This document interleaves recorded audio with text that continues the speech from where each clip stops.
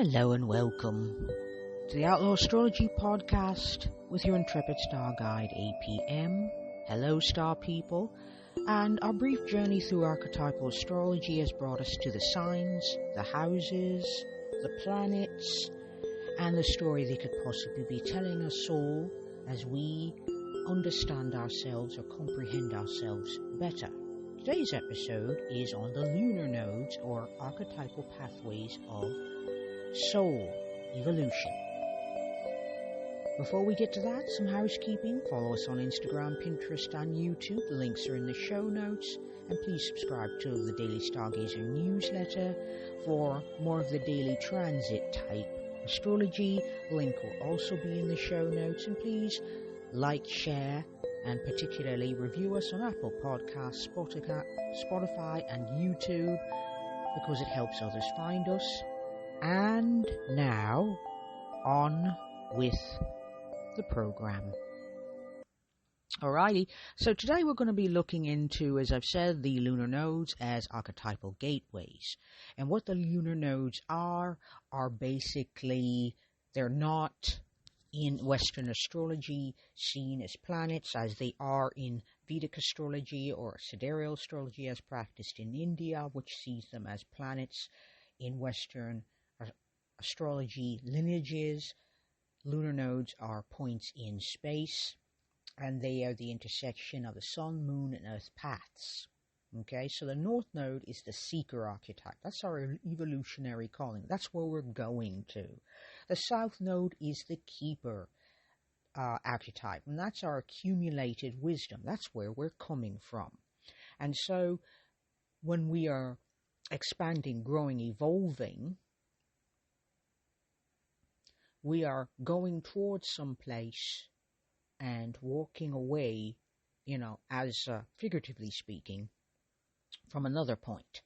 So you might see this as the Fool or the Seeker archetype in Tarot, which we will be getting to in future episodes. We will get into Tarot because it's very archetypal and also has astrological associations. But keeping on point, it's rather like that Fool archetype. The small little branch with the kerchief full of whatever a fool might need. Traveling light is a good way of seeing that, or having a few strengths for which to draw upon, which is what the South Node is about. Now, the nodes are a cosmic axis of purpose, so basically they can be seen as harmonizing past patterns with future evolutionary growth. And so a nodic cycle can go as far as 18.6 years of development. That's almost 17 years. The minute I said that, I thought of number 17, the star card, which is a card of optimism, hope, and renewal after a dark period. And so the nodes can differ from planets because they're points of integration rather than planetary energies. Okay? So the next thing to think about is, current nodal axis is in Pisces, Virgo. North node Pisces, south node Virgo. We'll get back to that in a moment, but let's look at the nodal axis as we see them in signs and houses. So, the north node through Aries, for example, we are learning to be independent, to go our own way, to follow the path with heart. And that always takes courage because we live in a world with other people, and those other people are definitely going to have ideas, morals, values, mores that are different from our own, that make them want to speak up because they're thinking, okay, this might run counter to my own self-interest, which is usually the case. And so Aries is learning to stand up for itself and have courage. That's the Aries North Node. Taurus is learning to go at their own pace. They have a rhythm, they have a pace, and they're not to be knocked out of that rhythm, knocked out of that pace. They're here to enjoy what life has to offer, what the smorgasbord offers. They're here to enjoy that, but they're also here to be practical. And I would say grounded. embodied experience. You still have a body, even though you do have potentially a soul, a spirit, etc., even akasha, etc. You might have those things, but you still have a body, and that body is still grounded in the physical world, and Taurus grounds us in the physical world, and we have possessions, we have things, and we have strengths, and we have resources, etc. And so Taurus is learning how to move at its own pace and to embody, to find comfort in their own skin, to find comfort in their own perspective, their own life, to be able to trust that inner part of themselves that maybe other people don't always understand. It's embodied and trusting what their body knows, what their gut knows to be true, okay? Especially if the moon is placed here, but we're talking about the North Node. If the moon is also placed here, that would strengthen that, because these nodes are mathematical points, as I've said.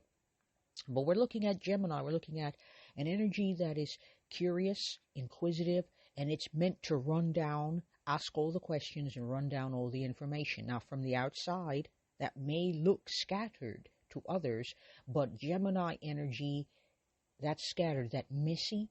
Let me point something out. Evolution feels messy, looks messy, and Gemini embodies that messiness.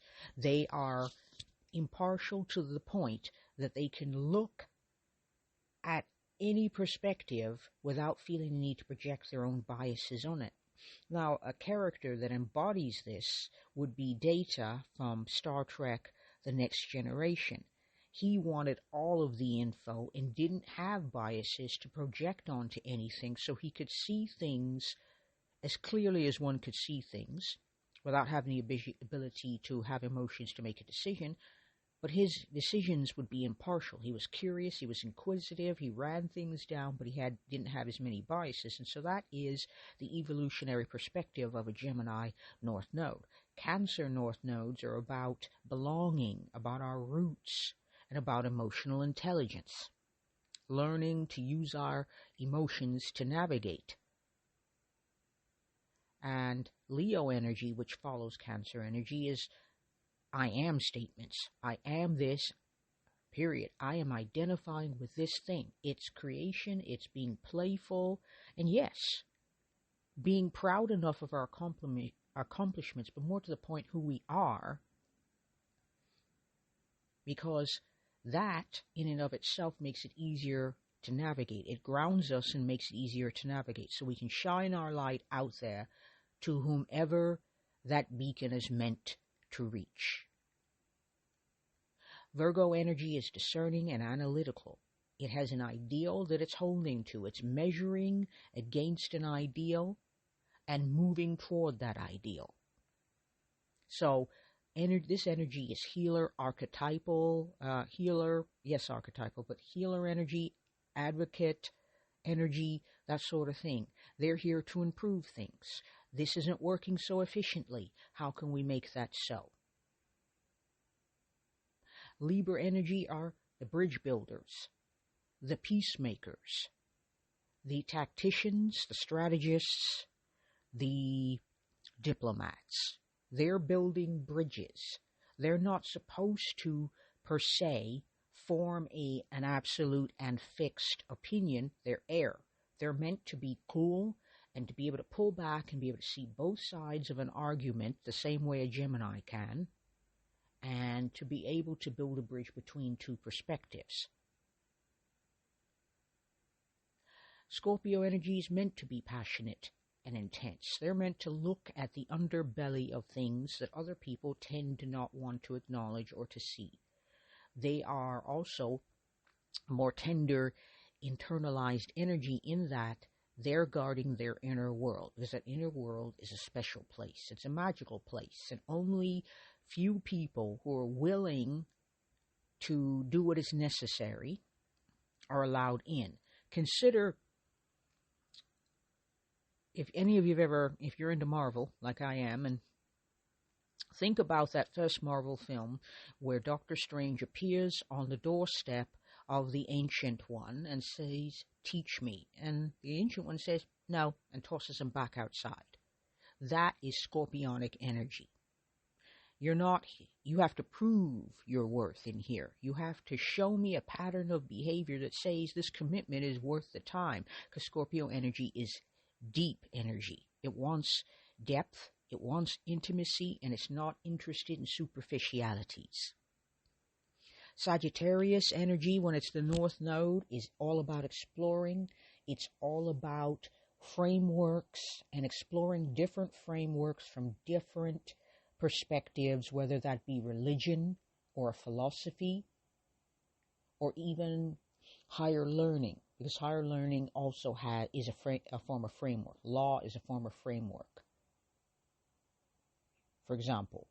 So it's looking at individual frameworks as expansions to expand upon and to expand toward, or even over at some point. So Sagittarius energy is all about, like Gemini energy, asking the questions, just asking them from a place of experience, from a place of holistic, looking at the big picture.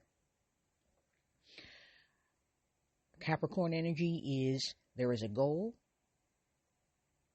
an objective, an intention, and that intention determines what choices will or will not be made.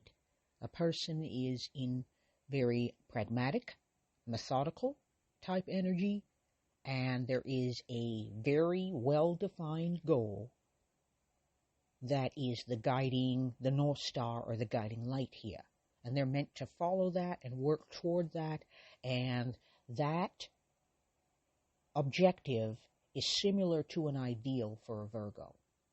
They're moving toward that objective the way a Virgo is always measuring their actions, their activities, the way they move through life to an ideal.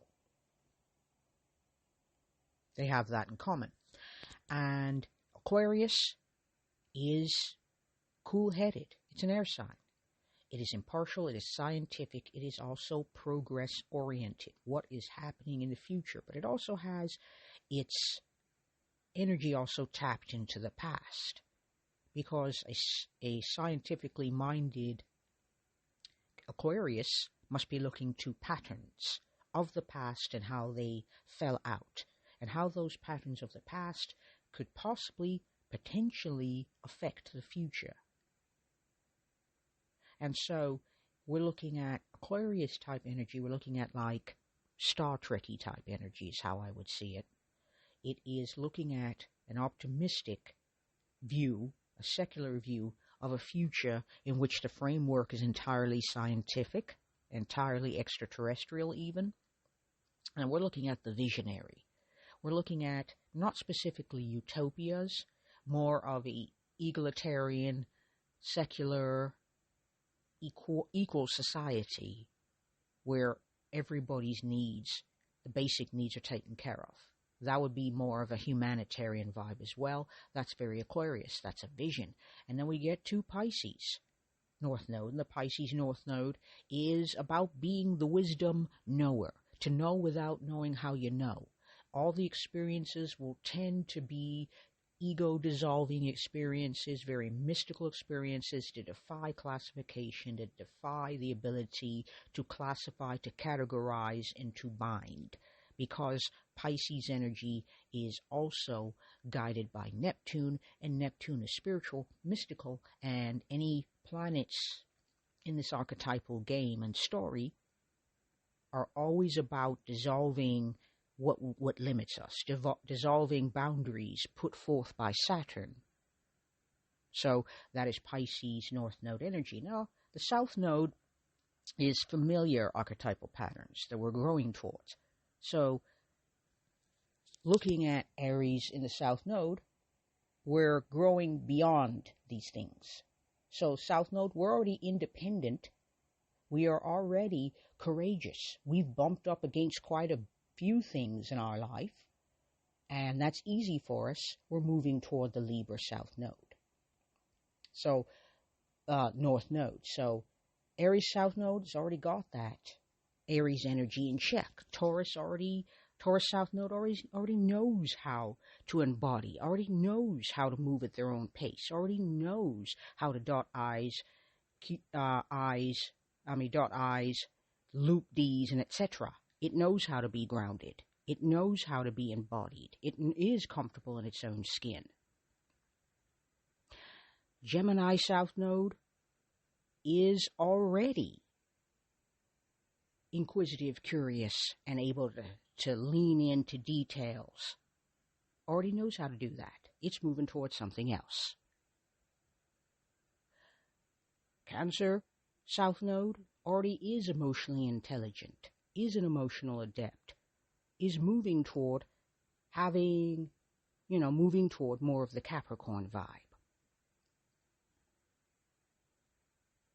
Leo South Node is playful, creative. It doesn't change. It's just this is the energy that is already in play.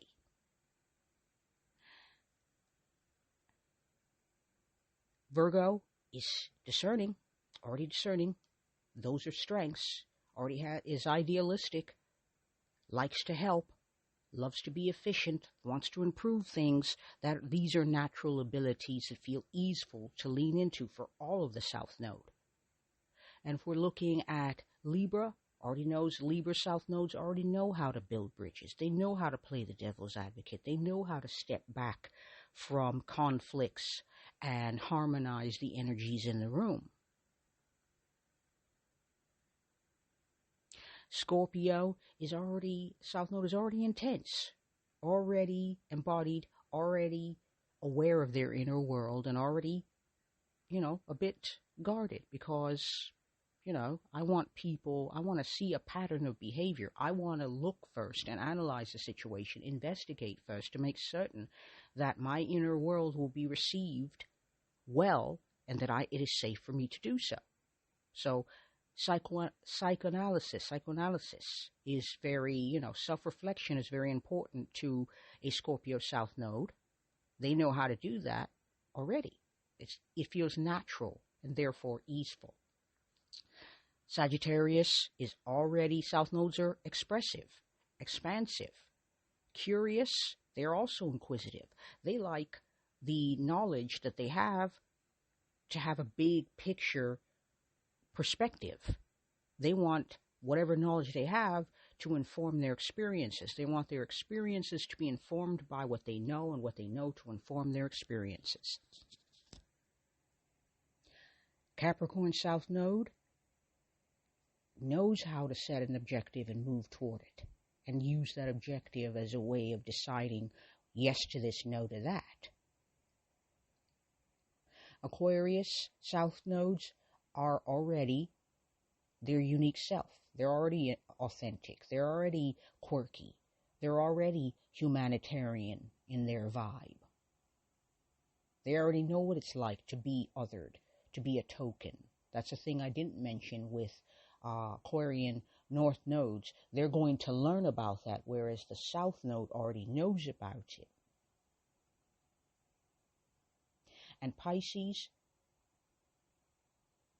South Nodes already know what they know what they know. They are idealistic too. They are imaginative, creative, and compassionate. These are natural abilities. They have that, and they are learning, they're learning the Virgo aspects. So you have to consider North and South Nodes together, not separately. So if you're a Capricorn North Node, you already have the ability, unless the rest of the chart says differently, to be able to be emotionally intelligent, to be able to form connections, deep emotional connections with people, is, the goal. So if we've got, Capricorn North Node learning how to set an objective and move toward it, they already know how to be emotionally intelligent. They know how to connect with people on a emotional level. If we put that Capricorn in the South Node, then they know how to set an objective. They know how to go out into the world and move and shake. They're learning to be emotionally intelligent because, shockingly, moving and shaking tends to upset people because sometimes they get moved out of the way or they get shook out of out of their everyday cage, and they don't always like that. And so learning to be emotionally intelligent allows one to interact with people and to soothe people when necessary, and to allow them to step back and allow people to be able to deal with their own feelings when that is also necessary. So if we're looking at these nodal axes as moving through the houses, our soul's evolution is playing out in different life domains. That's what houses are. So if you're looking at, and this is a much longer one, we're looking at first an Aries going through, and this is probably going to be a much longer episode. I'm going to have to do another one, I see, for this. But if we're looking at these are just the domains. Now recall, if you see any of the nodal accesses in the first and seventh house, you're looking at us and other. If you have and I'm going to speak very broadly here. If you have your north node in the first house and your south node in the seventh, the emphasis is more on your identity rather than focusing on others and their needs. If you make this an Aries Libra sensation, you're learning Aries North Node, Libra South Node. You're learning how to, stand up for yourself, sort out who you are, what you think, and to be independent, to experience emergence. The focus is on you and how you want to impact the world. And less of a focus and more of a strength is the ability to get on well with others. If you flip that and you put Libra in the first house, then we are looking at that ability to get on well with, Libra energy is focusing that part of us within ourselves that is the peacemaker. And the other part would be, if we put the south node in, let's change this because I'm realizing it doesn't make any sense to me. So put the south node in Libra in the first house, and we put the Aries north node across the way. The south node, we already have a peacemaking vibe. We don't need more of a peacemaking vibe. We already have that. We're moving more toward that others energy. And others may come across as very courageous and independent. We might have clashes with them, particularly if our ascendant is really close here and there's a planet on the other side of the descendant on that point, in addition to the north node. The north node in Aries. So if we're looking at that energy is independent, courageous. Sometimes it may come across as an opposition type energy with limits, and other times we might look at people and project onto them our own independence, our own courageous spirit, because we're going to tend to see in others with greater ease some of the time than we see it within ourselves. And if we're looking at, say, Taurus, and we're looking at second and eighth houses, and we've got Taurus, Scorpio hanging out. Well, we do. If we got that north node energy going on, we've got Taurus north node learning about how to use right relationship to one's resources, to one's strengths, one's abilities. What do you have?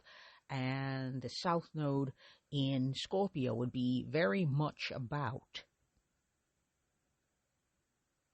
how to use resources, shared resources, not necessarily just marriage, for example, a partner, shared resources, how you might respond to that. Scorpio energy tends to be very analytical, likes depth, and so would be looking at past experiences to ascertain how to use those resources that they share with others.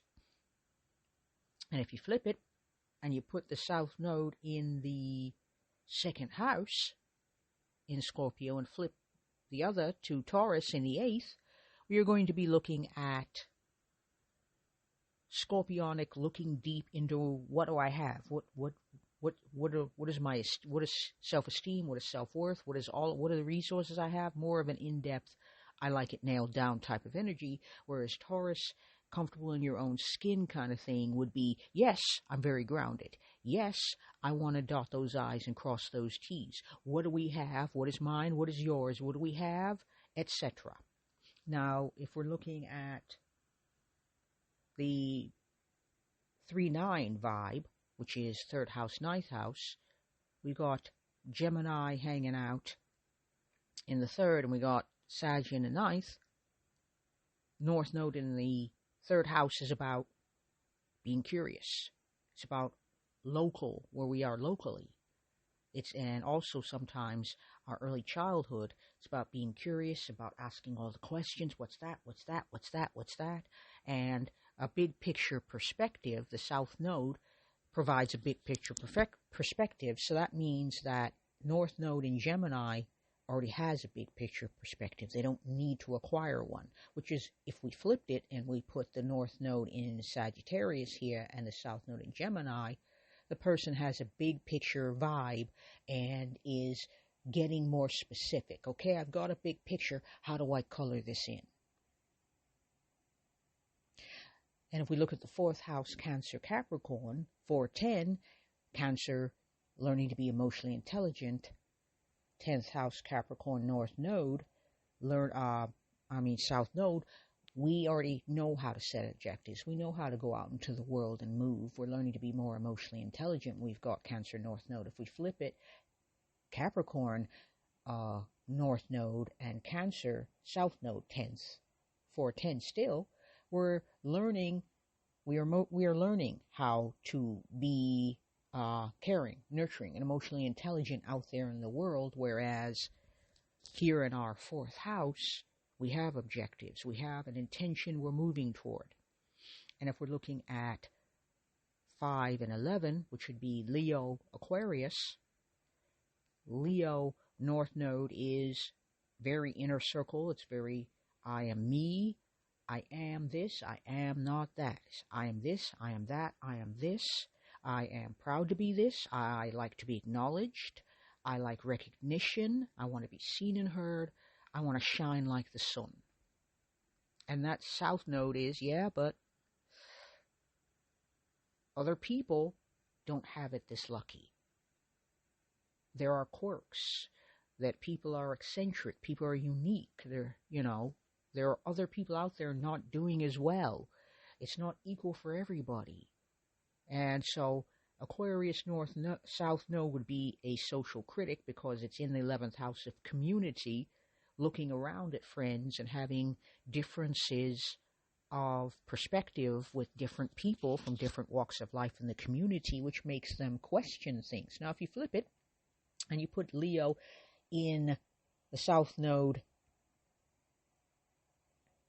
you put the South Node, flip it over there, Leo, and we put the Aquarius North Node in the fourth, we got someone who feels like an outsider, knows what that's like on a very intense personal basis. So if we're looking at Leo North, Aquarius South, and we flip it to Aquarius in the North Node and Leo in the South, South Node is, I know how to shine my light with my friends and my compatriots. And I know how to do that already. I already know how to be playful and creative and authentic, invite everybody else to do. So I'm seen and heard the way that I want to be seen and heard. And that Aquarius North Node is, but I kind of feel a little bit like a black sheep kind of energy. I am learning that not everybody gets to have it like this. That I am being pushed to look at the world and to look at society and to make comments from a very cool-headed place. And 6th house, 12th house, we are looking at still that energy back and forth. We got the Virgo, we got the Pisces. And so Virgo, Pisces, we put Virgo in the North Node, Pisces South. Virgo in the North Node is learning to be analytical and discerning. And that south node is idealistic, fantastical, outside of the realm of what you can taste, touch, smell. It's not about always improving things. It's about looking beyond that improvement and knowing what you know when you know it without knowing how you know. And if you flip it and you put that south node,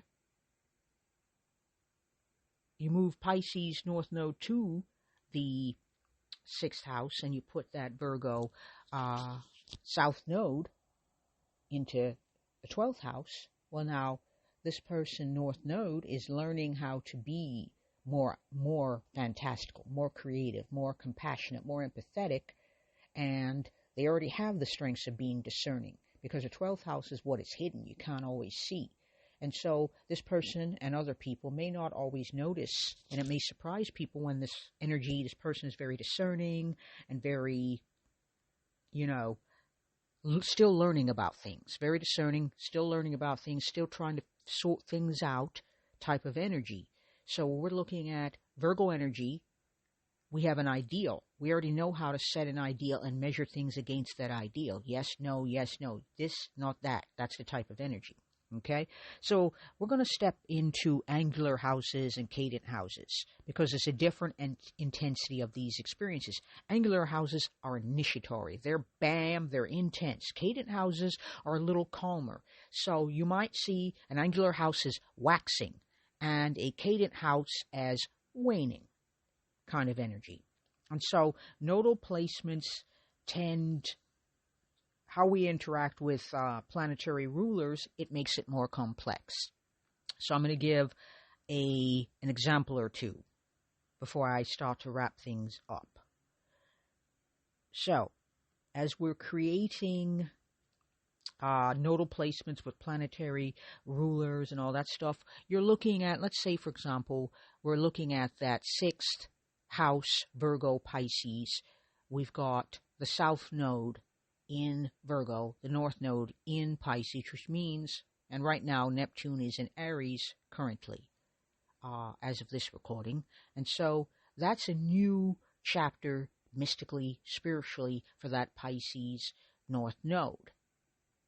So the questions would be, what do I need to surrender? What new perspective can I, even if it's imaginative, what wisdom do I have to share, to keep? What do I know without knowing that I know it, or how I know it, for example?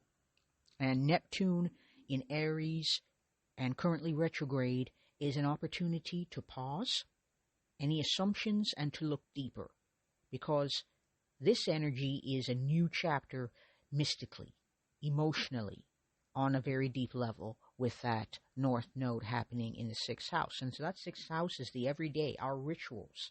So this is going to be an everyday experience that Neptune is going to be guiding. Okay? And so currently, as I said, the north node is in Pisces, south node in Virgo. So these are collective themes of value and transformation. This is as of July 2025, which is when I'm recording this. But you will be hearing me in the future. Okay? So these are the types of energies that we will be working with. Now, if we're looking at the story of our evolution, here are some things to consider.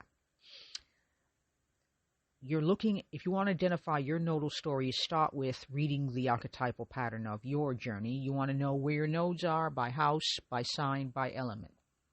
You want to balance those energies. So you want to, the whole point of the thing is you're going to, it's just living, you're going to always be measuring, balancing the north node's comfort zone, because that's our comfort zone, and north node challenges. The south node will be our comfort zone, the north node will be our challenges. Sometimes we're going to want to stay with the the south node, because we really like to be comfortable, and sometimes the north node's exciting challenges will also provide us with a bit more, a little bit more, which we might get very addicted to, because it does happen. Human beings do have addictive behaviors, and sometimes that north and south node is constantly in movement. There is never a sweet spot of perfect balance. That's something to consider. So practical techniques for working with nodal tensions, I would suggest meditation, journaling, and coming up with rituals. however that might look. Now, finding a middle path between the nodes is a challenge because you're looking for integration rather than polarization, and the whole point is there are going to be relapses when you make changes. There's going to be times when you're going to be on it and times when that on it is just not going to be there. Integration is a process, not a destination, so it's never going to be perfect. It's going to be messy because evolution looks and feels messy. So when you're looking at transits to the nodes, when you're seeing like Jupiter is in Cancer right now, so there isn't currently a transit. But if we're looking at, say, the Sun in Pisces, the Moon in Pisces, or any of the planets hanging out in Pisces or in Virgo, as things currently are, those are going to be transits. That's the story of the stars right now, and that activates our nodes. And the planet on the node will give you an idea of the kind of themes the themes and keywords, themes, and questions we should be asking. So when the moon is in Pisces, we're going to be looking at safety needs, and perhaps self-compassion and empathy, because we do live in a world that likes comfort, that likes conformity, and Piscean energy is a bit otherworldly. So where are we otherworldly? Where are we being perceived otherworldly? Where might we need empathy and self-compassion for ourselves when we are a bit more ungrounded? Because Pisces energy can unground, and that's the whole point of being a Pisces, is learning to curate energies, meaning people and spaces that you find yourself in. Okay, so we're going to wrap this up because I could go on for quite a while. It's very fascinating. So key insights about the nodes as archetypal pathways of evolution is that it's not fixed. It is not absolute. There is always going to be messiness. There will always be a need to adjust. Practical applications, finding your nodal axis, finding strengths and challenges, and to be compassionate about that. Okay, this is what Pisces energy is like, but that does not necessarily mean it's wrong. It just means this is how Pisces energy operates. Water flows. You don't expect it to act like fire or air or earth, for example. So, call to action, please join our newsletter community for personalized nodal insights. And we have got, we're going to be doing one more on this archetypal energy, and the next one we will be talking about is transits in archetypal astrology. Thank you very much, star people, for hanging out to listen.